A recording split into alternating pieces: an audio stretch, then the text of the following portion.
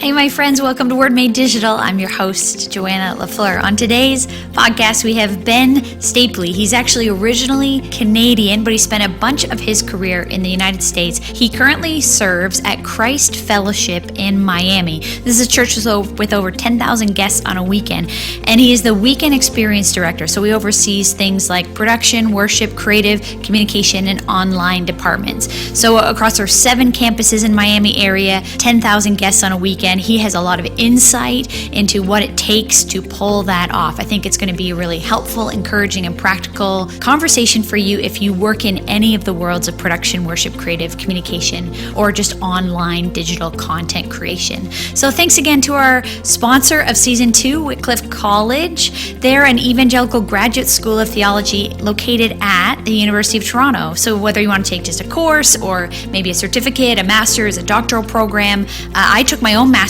there, but it's an awesome opportunity for you to consider it. I use what I learned at Wycliffe every week. Honestly, I work full-time in ministry at a multi-site church, and I use that theological education to inform my work in communications and creativity and in my development of sermon series content and language and how we communicate the story of God at work in the church context. But I actually don't talk about this very much. Another way that I use my degree from Wycliffe is that I'm the Bible teacher on a national television show for women here in Canada. The show's called See, Hear, Love. And when I do the Bible segment every week on the show, I'm really relying on the training and the exegesis and the scripture study and all the stuff that I learned at Wycliffe. Maybe I can't say the word exegesis, but I did learn how to do it well there. And so just on this podcast, in my work in ministry, in my work on television, in the work that I do, Wycliffe has made a huge difference for me in my theological thinking, and not just the practical things, but also the theological foundation of the work that I do. So we're going to have a practical conversation today with Ben. But if you're feeling like the gap for you is more on the thinking and theological side of your work in ministry or your Christian life, then I encourage you to check out Wycliffe College. You can go in the show notes. There's a link below to an interview with me, wycliffecollege.ca/wordmadedigital. All right, here's my conversation with Ben. Welcome to the Word Made Digital podcast with Joanna LaFleur. You're listening to Season 2, sponsored by Wycliffe College. Word Made Digital brings you interviews with brilliant Christian creatives and communicators to inspire, challenge, and equip you in your own work. The church carries the best news in the world, so we want to help you be the best creatives and communicators in the world. Here we go. Well, hi, Ben. Welcome to the podcast. I'm so glad to have you today. Thank you for having me here. It's great to watch you and your effects in your community from afar. It's great to now be here with you in person. This is wonderful. Oh, yeah, I feel the same way. I mean, we've sort of been internet friends for a little while because we do similar work in church communications, and so it's fun to meet. And you're a Canadian. Yes. My accent isn't as strong as yours, but I still have the outs and abouts. I can still pull out an occasional A. That's awesome. Well, can you tell us, before we dive into some content and conversation, tell us who you are, what's the context that you work in?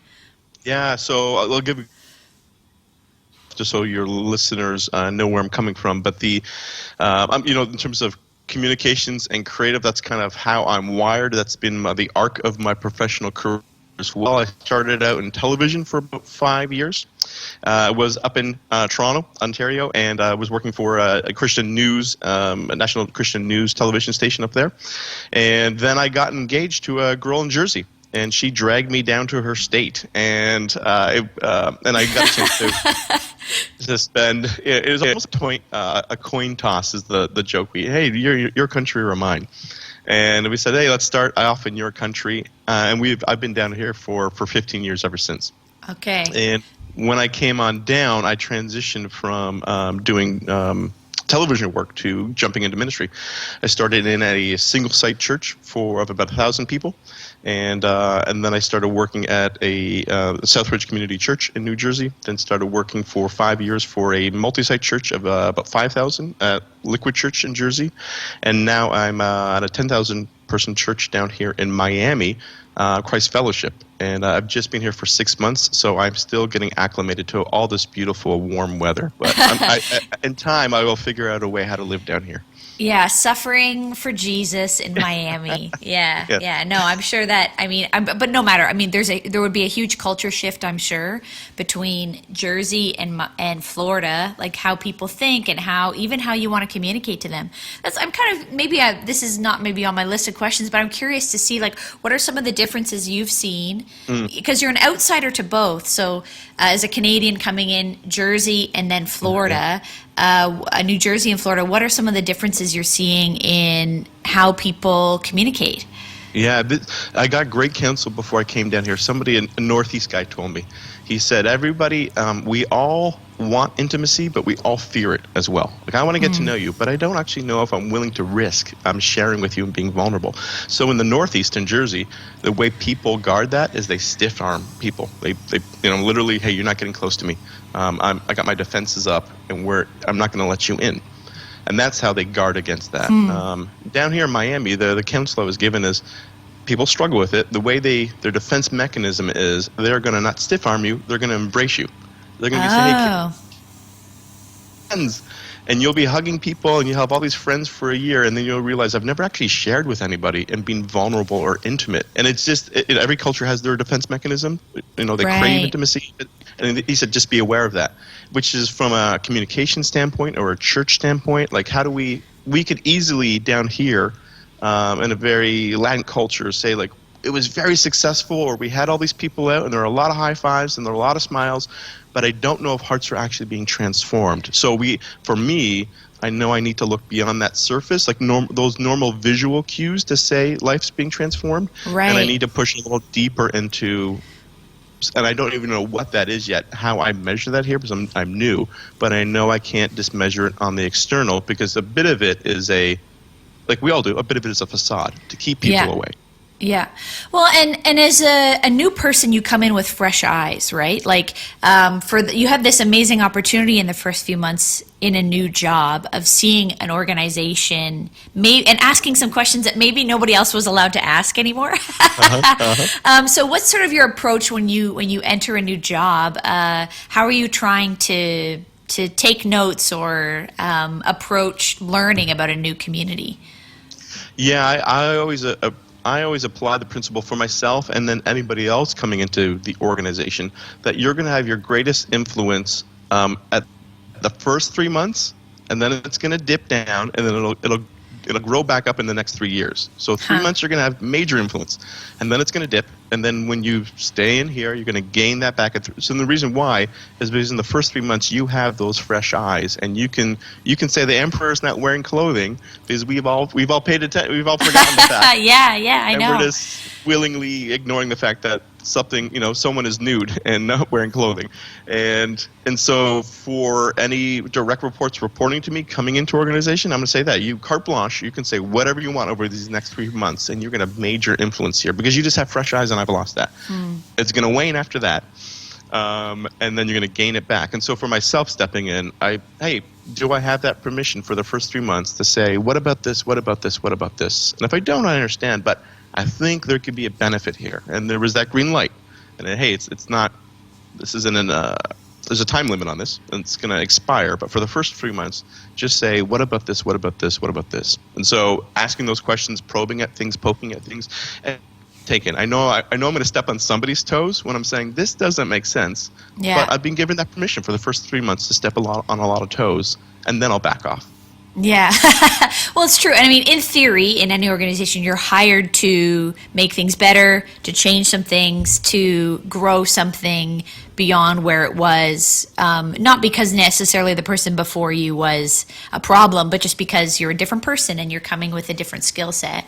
And that's why you were hired. But yeah, but it's true. You very quickly acclimatize to a new place, and you forget all those first impressions of how it, even just offering things that are outside of your own role. Like, how does it feel to enter a church for your wife and your children, in the kids ministry and all that kind of stuff? How does it feel to try and join a small group, or, I don't know, just navigating all kinds of things around church that after 2 months you've forgotten because you're already now integrated into it? There's that adage as well, right? Like if you want to keep the culture, you hire from within. But if you want to change or tweak or modify, you hire from without. So again, this is like applies to churches, communicators, in and out, all those things. If you're hiring from without, utilize that benefit that you can positively change your culture and ask that new hire to help you do that. So and another thing I'm curious about for you, obviously you started your career, we started out saying you're Canadian, as I am, and most of my work has been in a Canadian context. Some of my work has been more international, whether that's European, Asian, American. But tell me some things that as a Canadian, that like when you came into the American church world, what were some things that you saw as, I don't mean to tear either one down, but some things as differences or things that can be learned between our cultures? Because they're fairly similar cultures, but there's maybe some nuances. Yeah, the big difference, first of all, from a ministry standpoint, would be how much more post-Christian Canada is than America as a whole. I like to use the spiritual spectrum of you got Europe, and then you got close behind it, you got Canada, and then in terms of the states, you have you have the coasts, you have the Northeast, and you got California, and Miami is in southern Florida is similar to that. It is pretty.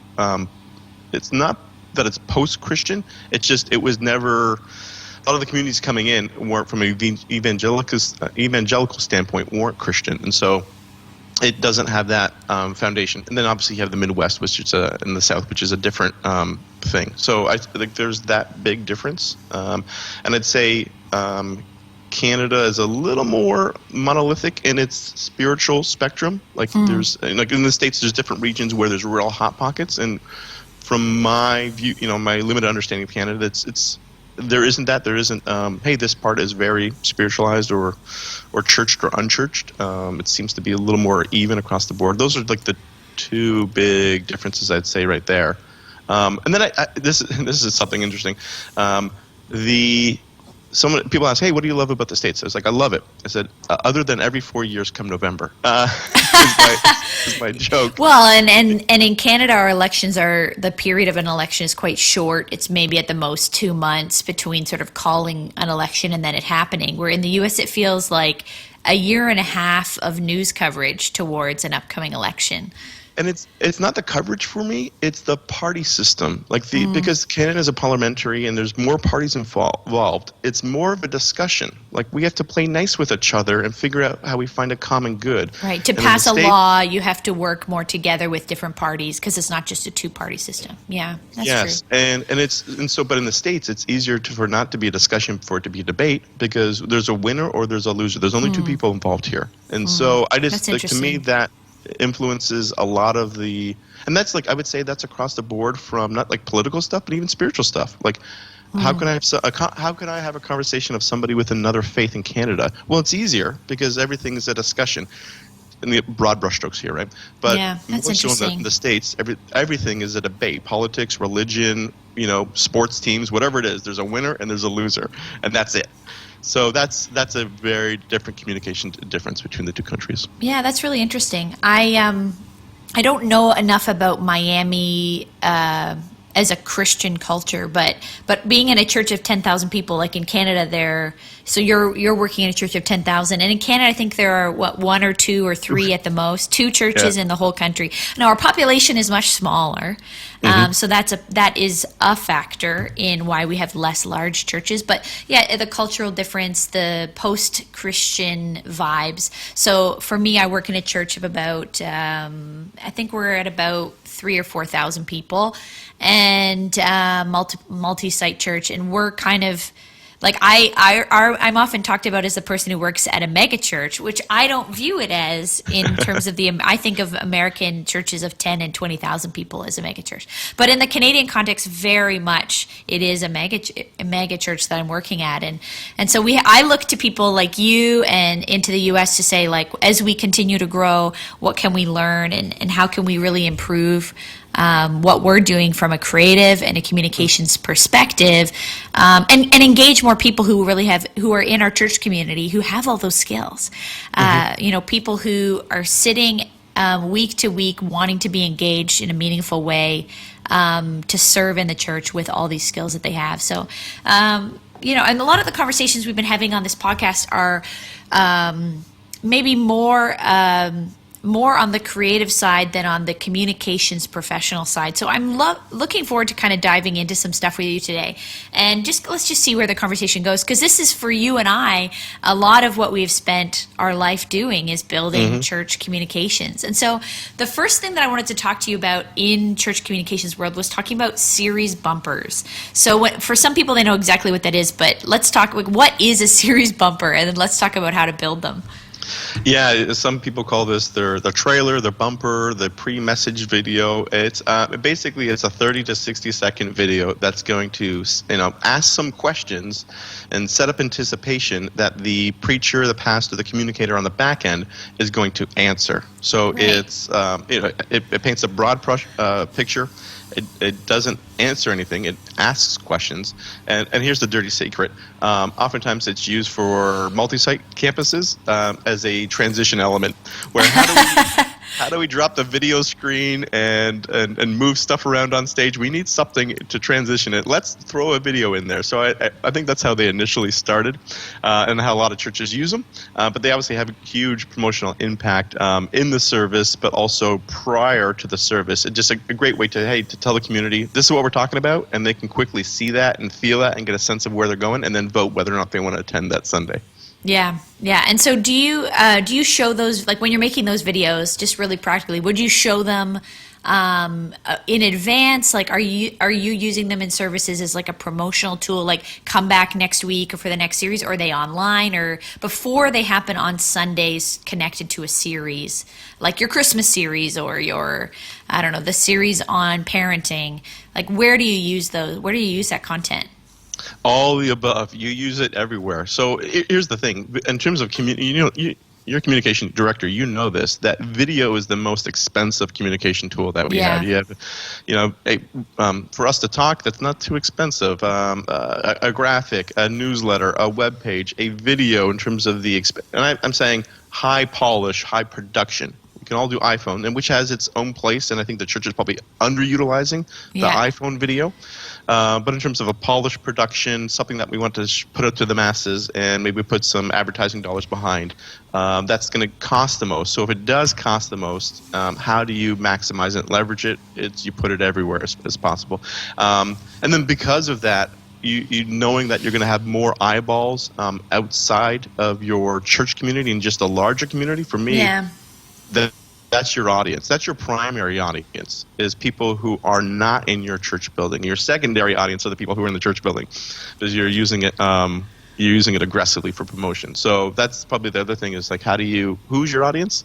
It's for the people you're trying to get into the seats, not the people already there. They're nice, but they're the secondary audience. Right. That's interesting. So you're trying to think of these videos to sort of intrigue or ask questions.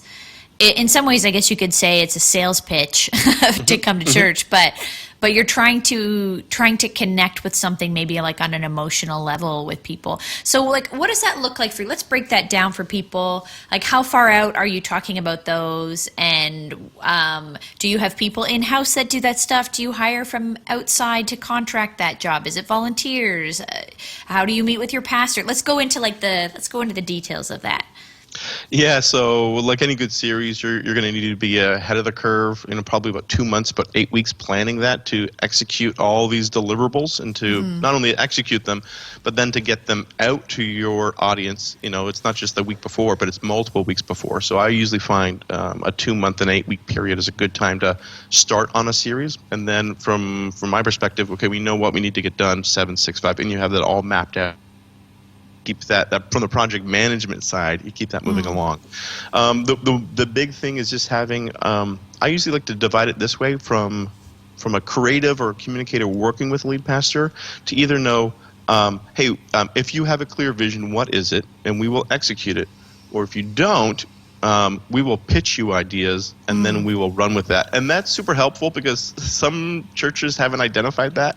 And there's that could be a lot of tension point between communicators, creatives in a church, and then the lead pastor, where it's, he's got a clear vision, but he or she's got a clear vision. They just haven't communicated it, and then there's frustration on the back end, or creative is sitting around waiting for marching orders and not realizing that they had freedom to go and create with limited information. So I always like to start with that up front. Like, hey, do you have a vision?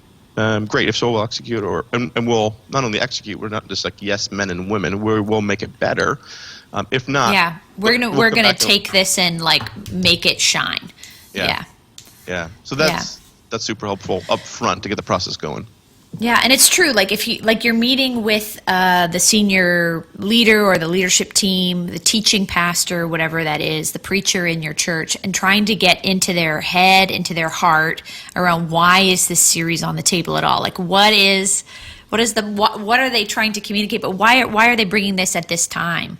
Because maybe every year we do a series on parenting or money or relationships or whatever it is, but sometimes there's much more to it than that for that teaching pastor.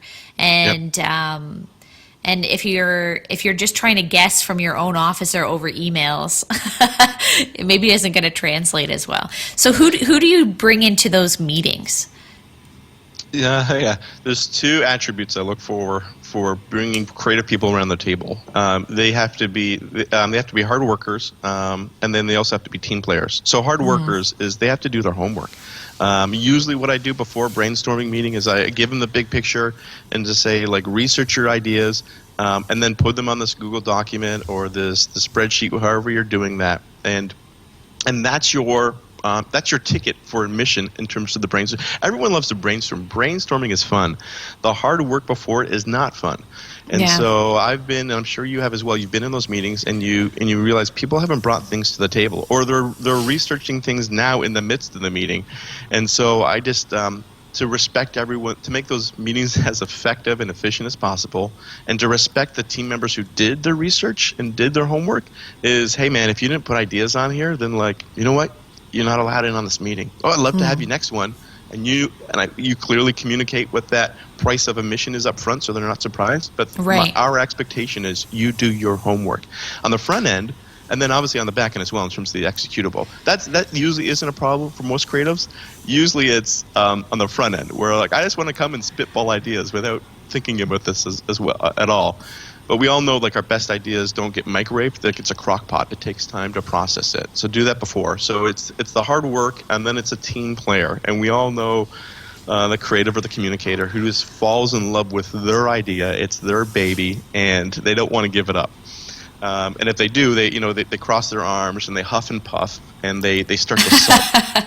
And that just kills the room and the temperature right away. And there's nothing worse than a sulk in the corner saying, if you're not going to take my idea, I'm going to pout. And I don't have the emotional EQ to be in this room. So and that's fine. If you're a solo artist and you've only been able to execute your vision and you don't know how to execute anyone else, that's great. You should not be in a brainstorming meeting because your idea is going to get pulled apart, as it should be.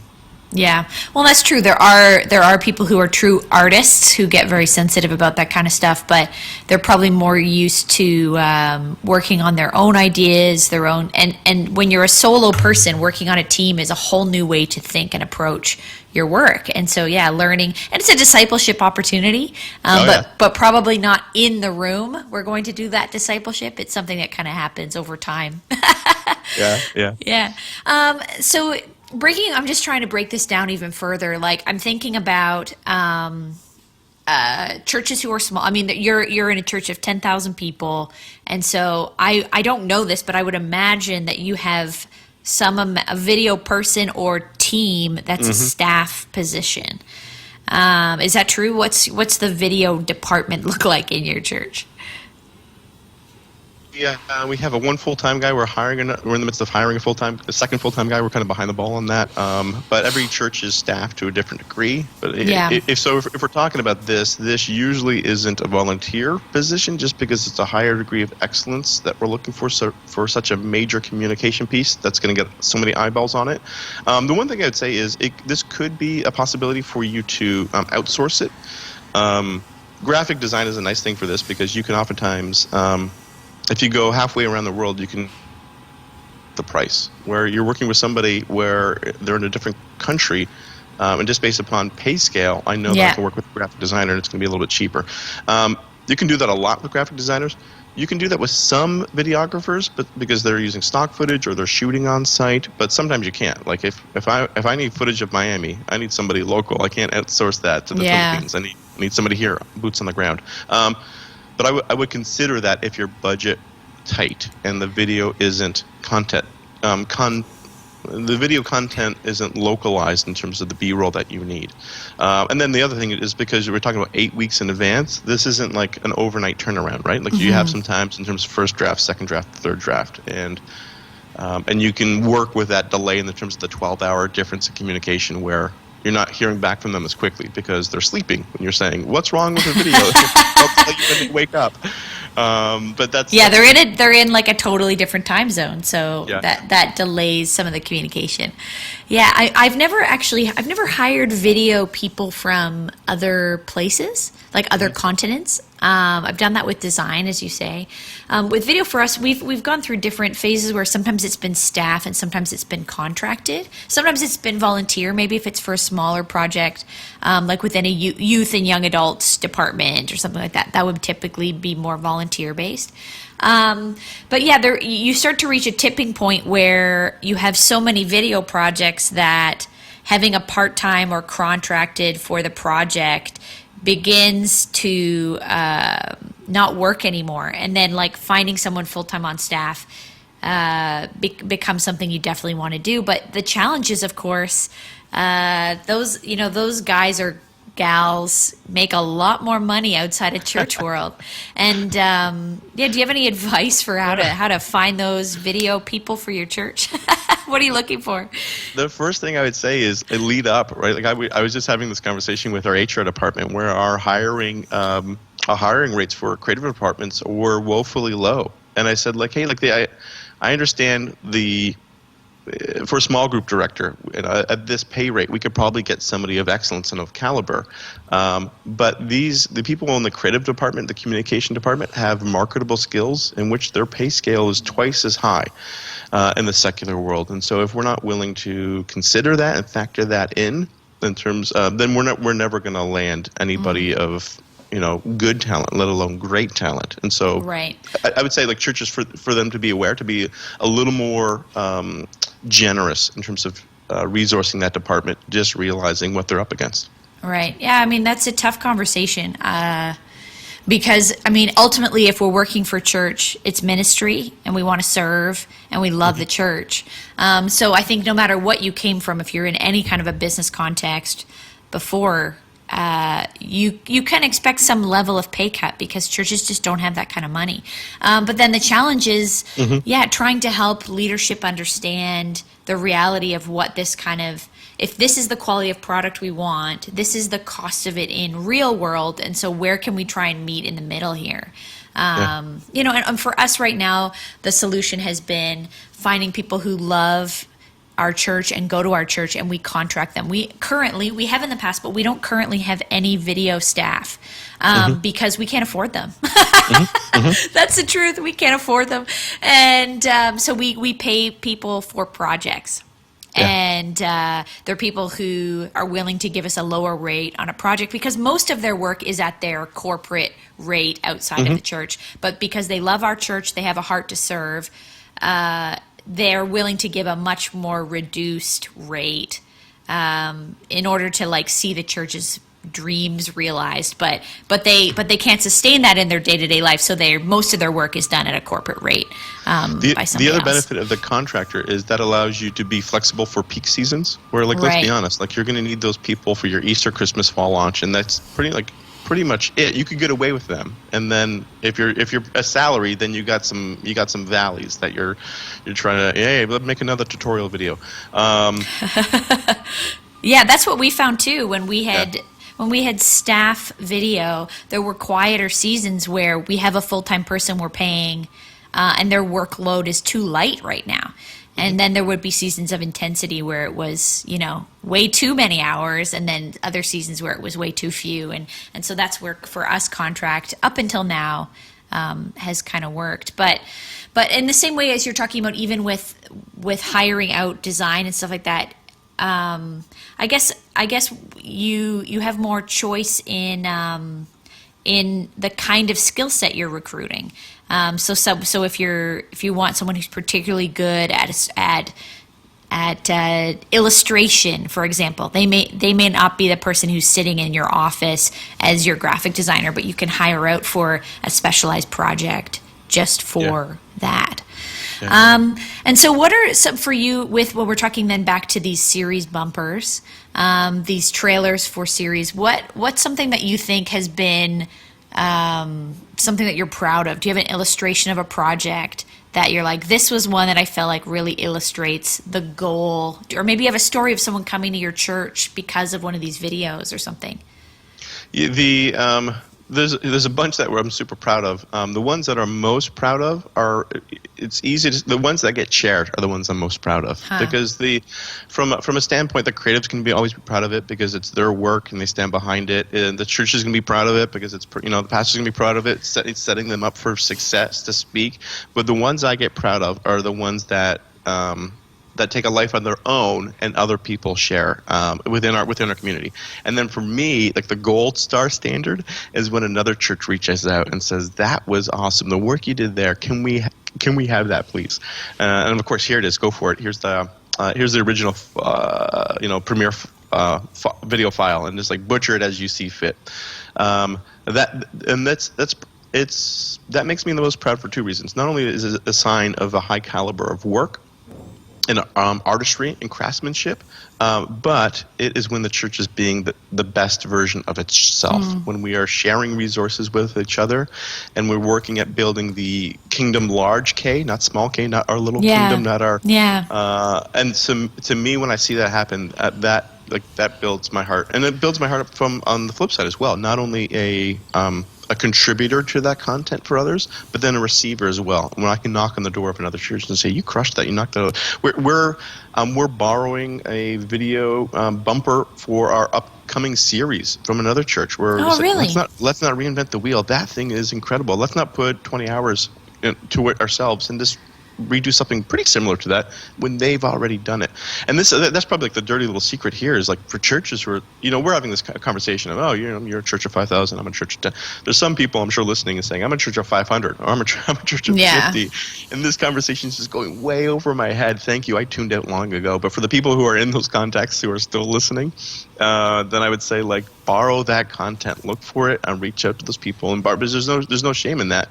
It's great content. If it works in your environment, use it. Now, don't have the false assumptions that it's going to have the same impact at another church that had at yours. Like just because the church down the road did it and it worked. But if it's a place that you already feel God's calling you to go, and that's content that will work, then recycle. Yeah, I love that. So, and there's churches that have used our content before, and we get really excited to be able to share that. There's some stuff that is legal issues, like they have to pay to license the music or something like that. But tell us about that process. Like you say, you're about to use another church's media content. How did that happen? What was that conversation like? Yeah. And this is a funny, it's a bit of like a networking conversation as well, but sometimes it's hard to even know how to reach out to the church and start. And you have the, info at church X, Y, and Z, but then you send it and it goes to the secretary and they don't take an action step. And you're like, how do I get in contact with the person who made this? Dirty little secret is a lot of churches don't like to put those people on their staff page because they're afraid of them being poached. So you go to the staff page, and so you start with the info email and maybe get nowhere. The next step I would recommend is going to the staff page and looking for that person, seeing if they're there, and then hitting them up on that. And then the last thing I would say is, because sometimes you get a roadblock there, is to go literally on LinkedIn to look up that church, to see who their employees are, and then to start reaching out. Hey, it looks like you're the creative pastor. Did you make this bumper? Looks like you. That's where I encourage people to go. And then on the flip side, I always encourage people to pay. Now, I'm not talking about compensation. I'm not talking about, hey, I'll give you $100. No. I always pay, and I always receive payment in terms of prayer. So people reach out, can we get this? And let us know what, no, I'm not listening. But if you commit for 5 minutes over the course of this next, every day for the next week, to pray over this issue that we're wrestling in as a church, or I'm having this I'm having a hard time with this relationship here in my context. If you would pay me through prayer, I will give you all the files that you want. Here's our Dropbox account. I love this. This is a Rate new us. idea. Go nuts. And when I've made that offer to churches, because here's the thing, at the end of the day, our budgets might get a little bit bigger, we might get a little more time, but the most valuable resource I could receive from somebody else is that prayer support, because that's what I most desperately need. And so I will always ask for that, and I will always receive it. And if you commit to that, here's the keys to the kingdom, baby. Go and raid our files and have at it. Oh, I love this. Kingdom dollars. That's what you're paying. You're paying it. That's awesome. Well, and as I said, I mean, sometimes for us, if someone is wanting to use our video, in general, we're happy to have people use it, but sometimes there's some legal stuff to do with the licensing of the music in particular, or maybe some of the video content has a legal fee that has to be paid that can be as little as like $20, but there is some financial cost. So people just stealing a video off of YouTube, I say the word stealing because without getting the verified permission, it is stealing, and using that church's video may actually get some people in trouble because the people who make their money off of making that music and things like that, they need their pay. And we should give it to them because we're churches and we want to be honest. And that's like something you just mentioned right there. That's super easy in terms of identifying. Like, hey, I'll send you the video file, but we purchased the track. Like, here it is for you to purchase for $5. Yeah, for it. But yeah, finding out what those what the royalty-free elements are, and then compensating the artists and the other creatives. But yeah, at the end of the day, like if the church is not only, we need to take care of the creatives in our house and the creatives outside of our house, and be known for that instead of a community that other people and doesn't give them attribution or compensation accordingly. Yeah. Okay, let's switch topics. I want to talk about sermon content. Give me your passionate big idea about what we're not doing with sermon content and how we can change that. Yeah, if I had a sales pitch for how to maximize the sermon content, it would be this here. Most preachers, teachers will spend roughly 15 to 20 hours of their week researching and practicing and then preaching their message, and so they'll spend almost about half of their week just on that one task. For the longest time, we've kind of turned the corner. That would have a 1 hour effect, right? They spend 20 hours for 1 hour. Where it was to that 1 hour service experience. Well, how do we maximize it and take those 20 hours and get them as far as they can on the back end after the service happened, but also on the front end to build up anticipation for what's coming. And for me, I frame the conversation not only some people frame it with maximizing the message. I say maximize your service experience because there's a lot more content. Here, churches are content generating machines. Like if you looked at another ad agency or production house, they would drool over how many resources that we naturally create on the course week of to week. Yeah. And they'd say we have a hard time figuring and filtering out and what gets out because we have so much. Churches have we've done a great job of creating the content. We haven't done the best job of leveraging that content. So that would be my big sales pitch. Leverage the content you've already created. And so what does that look like? Let's get real practical. What are some things? This is low-hanging fruit. This is content created every single week. What can a communications team, a creative team do with this content? Yeah, so again, I'll just start thinking through the service experience itself, and if I'm going through my run sheet, my rundown, we're starting with an opening set. How did you leverage that beforehand? And let's be frank, most people attend church once a month. They're not there every week, and so you have even in your quote unquote your faithfuls are walking in not knowing the song set.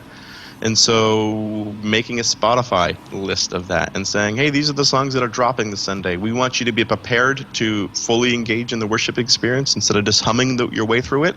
So take a listen to this stuff.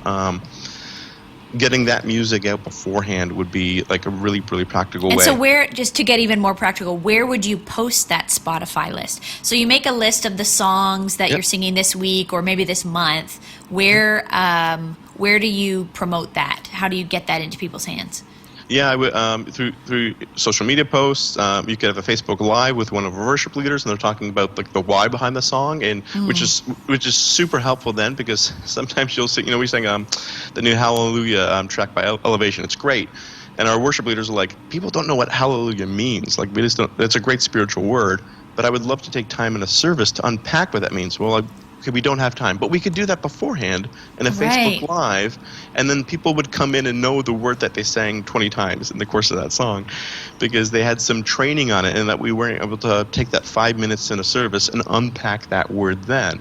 Let's do that on that platform beforehand. And so literally it can be as simple as like getting your phone, turning on a Facebook Live, grabbing that worship leader or the pastor or whoever's in charge of the music stuff that week, and just picking their brain for 2 minutes.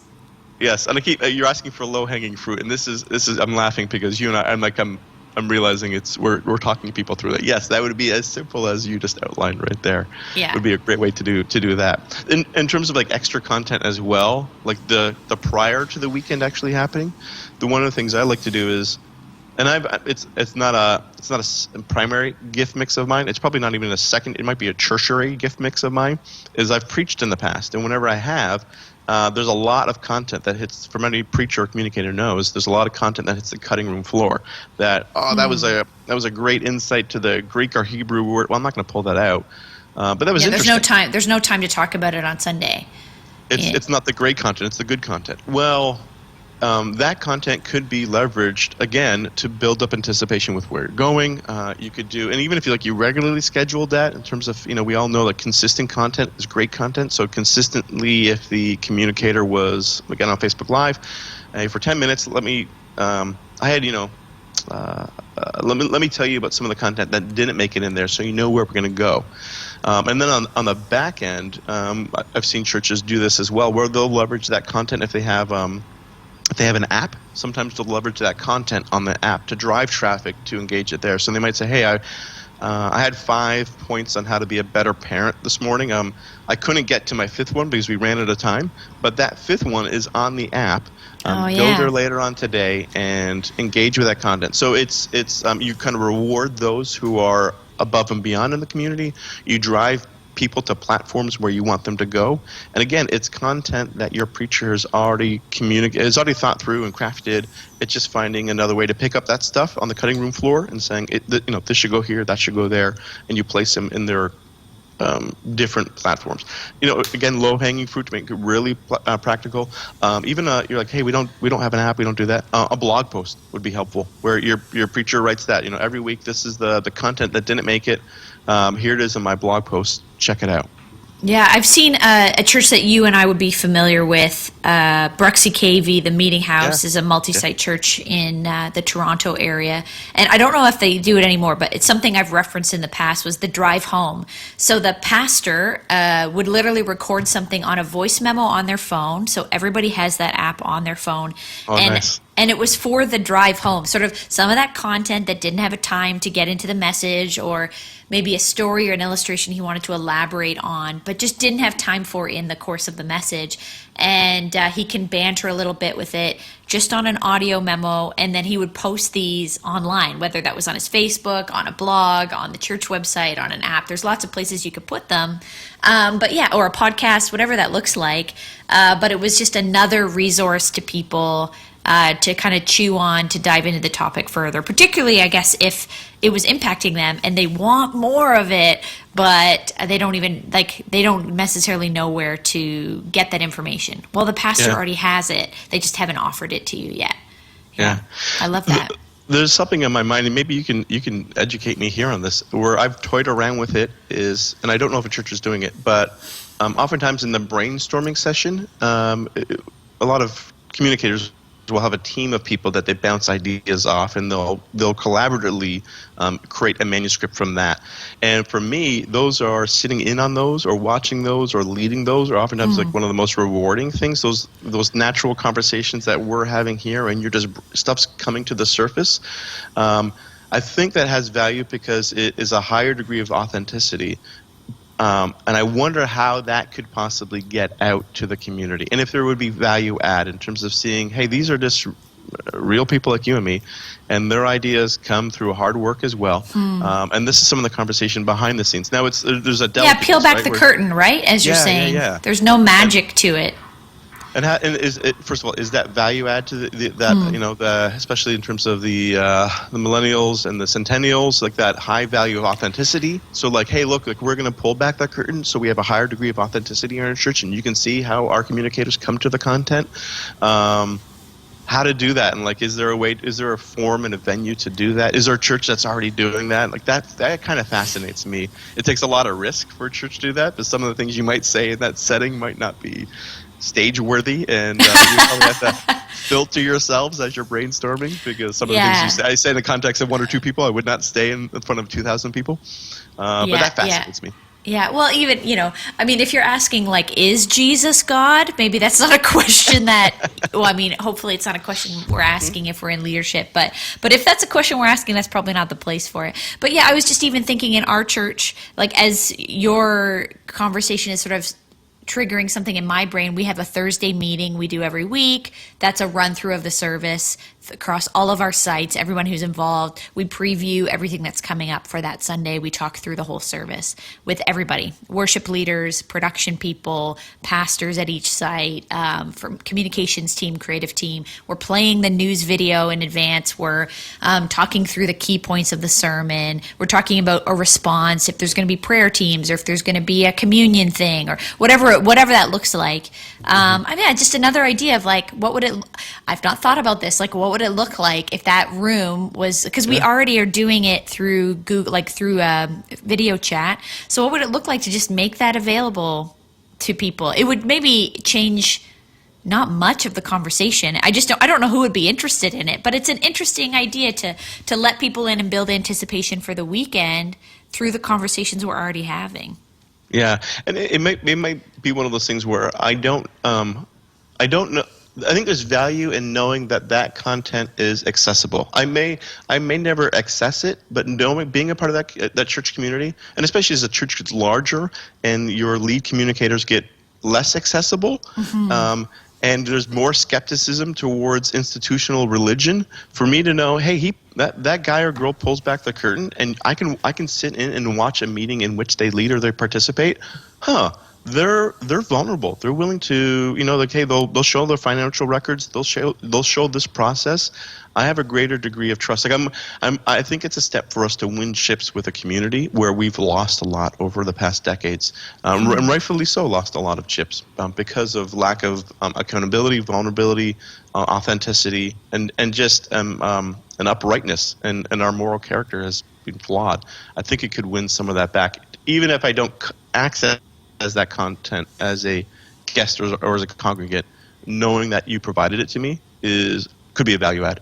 Yeah, that's really interesting. Whether you look at it or not, knowing that it is accessible to you makes people feel maybe an increase in trust for leadership or the process. This hands open. We don't have as much to hide. We have nothing to hide, frankly. It's not, and it's also just not that interesting. Yeah. I think if people saw it, they'd be like, "Oh yeah, it's just a boring meeting." But I compare it to the financial numbers, right? Like I've never picked up. I've been in church ministry for 15 years. I've never picked up the own financial report of my own church, but I have a degree of trust and respect for that department. Just knowing that it's available back there at the kiosk if I wanted to pick it up, that gives me trust and confidence in that aspect of the church. Yeah, and so that's really interesting. I'm not sure what parts of that you're implementing and what parts are theory, but it sounds like a really interesting conversation to bring to leadership for communications people who are listening to this. People are probably getting ideas of what that might look like in their own context. I often think of like what it would look like to do a whole day on Instagram where you just follow the teaching pastor from their house. So you I would arrange this in advance so you're not showing up unannounced, but you like that whole day's theme on on the Instagram feed is, or even like a Facebook Live or whatever that looks like, you're just you're going to their house in the morning, you're going with them in the car to church, you're seeing them behind the scenes, seeing how they pray and prep the day of for the message, and kind of get in their head a little bit about their family life and their prayer process and their preparation. And, like their, in between service stuff, they're having their breakfast or their coffee or they're meeting with people. It'd be kind of an interesting, another idea of like a really interesting thing. And all this stuff, notice that we're saying, is free. Yes. It takes time, but it costs no money. I don't know if you I saw a church do this once, like the Big Brother concept, like where there was a relational series they were going through, and the lead pastor is like, hey, I'm going to live vulnerably as well. We're all imperfect, and they set up in their house GoPros in every corner. Some bathrooms are off limit and bedrooms are off limits, but like the main communal aspects in terms of the dining room, the kitchen, where we have conversations and we blow up at each other, and he did it for a week. And the same thing where you can recall that camera's up there for the first hour, but after that you forget, and your real self comes out. And that's he's really like, interesting. You know what? I can only lead people as far as I've gone. I'm going to show them my own struggles in relationship to some of our relational stuff. And when the conversation gets too volatile, like we'll go to the bedroom where we know the camera's right there. But like, hey, we'll model this and we'll showcase it as well. Yeah, well, and as you're saying, I mean, it's a conversation I didn't think we'd be having today, but when we were talking about maximizing content, we've actually meandered into a conversation about trust. And, of course, a lot of churches with leaders that we have admired from afar or up close, we've read their books, we've watched their sermons, we've been impacted by ministry. And there's been a number of leaders in recent years who have had public falls or public debacles of some kind, whether that's moral stuff, financial stuff, whatever. And this idea of like, what does it look like to increase the trust and integrity by just letting people into behind the scenes a little bit with some creative ideas. I love that. The last topic I wanted to talk about, we're shifting again, is just I want to talk about announcements. Captivating announcements. How do we write and deliver captivating announcements? Obviously, there's lots of places we can announce news, but let's get in your head a little bit about announcements. Everybody wants their announcement preached by the pastor during Sunday morning sermon, but there's got to be other ways to do it better. So let's talk about it. Yeah, so I'll start again with my big idea, my sales pitch. Like here's the difficult thing. Most people, this is the worst time in the service for them. It's like I came for the worship or I wanted to hear the message, but like I have to, other than the meet and greet, that's probably the worst part of the service for most, especially introverts. And we keep doing it, but everyone hates it. I don't know why we do it. So anyways, that's another conversation. Other than the meet and greet, the announcement time is usually the worst because they don't have vision behind it and they're not written well or they're not delivered well. It doesn't need to be the worst. I don't know if it'll ever be the best part of the service, but it can definitely be a better part of the service where there's clear vision given, there's clear action steps, people are inspired, and they look forward to that 3, 4, 5 minute duration of time. Yeah. So that's the first thing I'd say is it doesn't have to be as bad as it currently is. And the two big ways is obviously on the writing end and then on the delivering end as well. For writing, I always like you got to write for a presenter, not a reader. So most writers, and I don't know about yourself, but like a lot of people, when they write copy, they write for how it reads, not how it presents. And so we usually write longer sentences than we need to. We usually write churchy too, and we usually write higher instead of lower sentences in terms of the vocabulary, and just aiming at something that's a little too high for our people instead of aiming for that 5th grade vocabulary level and keeping it as clear and as basic as possible. So that's like something that I would say in terms of the writing. Something that changed I don't know how I picked this up. And so, sorry, you're talking when you're talking about writing, you're talking about an announcement that would be done live in a service by an announcer? I would say great question. I'd say these principles apply for both for video and for live. So just because you can write copy for a teleprompter, that's verbose and complicated. Doesn't mean you should do that. It should still be short, punchy sentences that are more secular than sacred, and that are using a lower education level than you would normally speak in. Like, just because I can use longer words doesn't mean I should. Not a should. Shorter words are going to connect with your audience more. It's all about connection. At the end of the day, what connects with an audience more? Yeah. And if you have seminarians if you're writing to a master degree class, fine. Aren't the people sitting in our rows, and so don't write for those people. Don't write what you could write. Write what you should write. The other thing that changed my mind on this is we called it announcements, but the first thing I would say is consider changing the name to opportunities.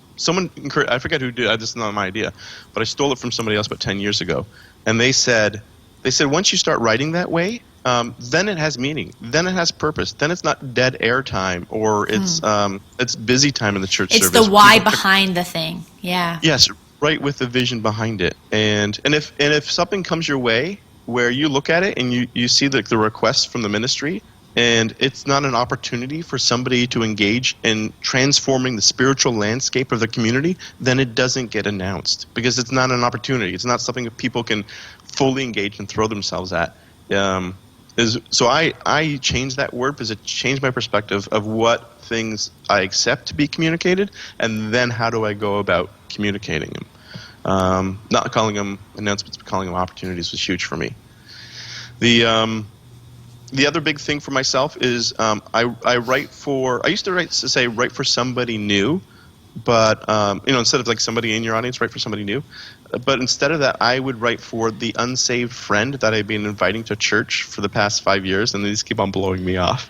I literally got to the point where I knew, his name is Nathan, and he was a good friend in my hometown, and I would write for him. It's just like, Jesus, man, if he showed up on a Sunday, would he understand this stuff? Would he be compelled by this stuff? And if not, like, I need to write for Nathan. And it was silly. Like, I had a picture of my wife on my desk, picture of my kids on my desk, and I had a picture of Nathan on my desk. And people were like, who's this dude? And I was like, that's who I'm trying to communicate for. It's for Nathan. And then this is even sillier. I would take that photo, and when I would communicate, sometimes I'd do the video announcements, when I would read copy, I would take that, and I printed it off, and I taped it on top of the teleprompter. Oh, and he was looking back at me the whole time. And I was like, man, if this isn't connecting to you, Nathan, it's not going to connect to anyone else. Wow. So I love that. So you write with that heart in mind, and then as a presenter, you present with that heart in mind. And literally, it's something as silly as, hey, if you had your live communicators, hey, in your back pocket, who's that person? Who's that photo of you need to? And before you step on stage, pop it out and look at that person and remind yourself, that's Sally, that's Jim, and that's the person you're communicating to. Communicate to them. And when you communicate to that one person, you'll communicate to everybody in the audience. That was a game changer for me as well in terms of on the writing side of it. I love that. And so are you writing, like, when you're delivering a live announcement, you would be writing that out verbatim? And you're reading it off a teleprompter in the room with people, in your sanctuary, your auditorium, or worship center, there's a teleprompter that's giving you the announcements. So no. So for myself, for video announcements, I would say, and if you haven't already, invest in a teleprompter because it's going to help you. And there's cheap ones that connect to your iPad, and $100. They're not that expensive. Yeah. Now I would say it's a unique skill set that most people don't have. Yeah. And B, if they don't, it takes time to get it. Where you can communicate, you can communicate with false authenticity. Yeah. If you're reading off something, these aren't your words. So like even before if you do video announcements, you're buying the teleprompter, you got your talent lined up, practice with them multiple weeks before you hit record, because if not, those first couple of weeks will be very stiff and very awkward and very apparent reading off a prompter. But on the live ones, so how do you write and then deliver compelling announcements is to have clear copy, first of all, to write it. This is helpful if you're multi-site or multiple campuses. You're not having like 4 communicators write their own. Someone in the organization who's got this gift mix has written these out and then handed that out in advance before the weekend, multiple days, where the expectation is you practice this. in the end, there's no shortcuts. It's practice, practice, practice. So if you want to be a great communicator on stage, you've got to practice this. And this isn't just in front of your mirror at home. It's in front of somebody. Maybe it's your spouse. Maybe it's another staff member. But before, I would say, like, if you haven't instituted this already in your organization, again, 500 to 5,000 or whatever you are, if you are not requiring your communicators to practice in front of somebody for feedback, that is a non-negotiable. Again, you talk about low-hanging fruit. That's free. That is free. That's just my time. Can I, even this on a Zoom or on a Skype call? Hey, can I practice in front of you? And you just give me ruthless feedback, because at the end of the day, everyone's going to evaluate you, right? I'd rather you, in the privacy of this personal conversation, to evaluate me, right? To tell me, hey, Ben, that joke was a little dated. That that cultural reference was a little sexist. Like, I would cut that out of your copy if I were you. I'd rather you do that to me now, one-on-one, instead of everybody doing that on the drive home. Because everyone's going to evaluate your performance. Not only the preacher, but the person hosting, communicating, announcement. That person's going to be evaluated as well. So practice beforehand, practice in front of somebody, get their ruthless feedback and incorporate it. Yeah. Well, and even thinking about it this way is reminding everyone, all of us who are part of this conversation today, that it's a skill that can be improved and developed over time, that we can all get better at this, and that people on our team who are part of this, whether they're volunteers giving announcements or staff members, that people can get better, even if they're not very good right now, through practice, through some feedback. Some people, maybe it will never be their strongest skill, and so we want to consider maybe not using them. But overall, most people we'll get better at this as we have practice and as we're more intentional about it. I'm hearing that from you, that there's an intentionality. You're thinking about every word. You're thinking about people who chose to come on a Sunday out of all the other or a Saturday, whatever your weekend service is. Out of all the other things they could have done, they have chosen to give the church their time. And so how can we honor that and serve them best by being intentional and practiced and thoughtful about the content that we're offering them. I love that. Yeah. And this is a challenge I got probably 15 minutes ago, probably after the first time I communicated announcements and did a terrible job at it. Terrible job. I'm glad that we weren't recording the services back then. I just burned that content. But an older gentleman in the service came up to me and afterwards, and he said, how'd that go? I said, pretty good. Not too bad. It went pretty good. And then he said, and this was like for a smaller church. At the time it was a church of 100 people. He says, was it worth 500 minutes of time? I said, like, what do you mean? He said, you communicated for 5 minutes in front of 100 people. You took up 500 minutes of time. Did you do the necessary preparation and practice to honor that permission to take up 500 minutes of time? And I said, no, I did not. And he said, you need to count the cost. We gave you 500 minutes of time, and you did not treat that with honor. Next time, do it with honor. And that's stage announcements. That's leading a meeting of 20 people, leading a meeting of 5 people. Same thing. Did I treat that time with honor? Did I give it its due diligence or not? Yeah, I love that. Ben, I feel like we could talk about all kinds of stuff like this all day, but you have content for people to find. You're creating videos and resources for people to get more inside your brain about all this experience you've had over many years. So where can people find you if they want to get more of you, get more of your content? Yeah, you can reach out. Find me at benstapley.info, or if you want to reach out and email me, benstapley@gmail.com. I'd love to connect with people and also learn from them. So I'd love for people to reach out. Awesome. Ben, thanks so much. It's just been so fun to talk to you. I love hearing your heart. I love hearing your passion for excellence. And it's because you care about real people hearing really good news. So thanks so much for your time today. Thanks for having me. Thanks so much, Ben, for that conversation, for spending a bit of time with us on the podcast. It's just really valuable stuff that we need to consider. Next week, we're back with my friend Katie Strandland, and she's the executive director of Christine Kane Ministries. So we're going to be looking at what it's like to be what I call the administrative glue that keeps a creative communicator and a ministry together. The people who think more on the left side of the brain that help the right side of the brain people together do the work of ministry. You're going to love that conversation with Katie. So thanks again to my sponsor, Wycliffe College. Remember, it's just an affordable way to get a theological education. If you're Canadian, it's $602 a course. It's flexible. You can do it in class or online, full-time, part-time, whatever works for you and your schedule. You can check out more about the school and why I went there myself at wycliffecollege.ca/wordmadedigital. See you next week. Thanks for listening to the Word Made Digital podcast with Joanna LaFleur. If you like this content, hit subscribe and share this episode with your friends. Head over to joannalafleur.com for more free tools, interviews, and media for creatives and communicators. We'd love to help you be the best you can be at communicating the best news in the world.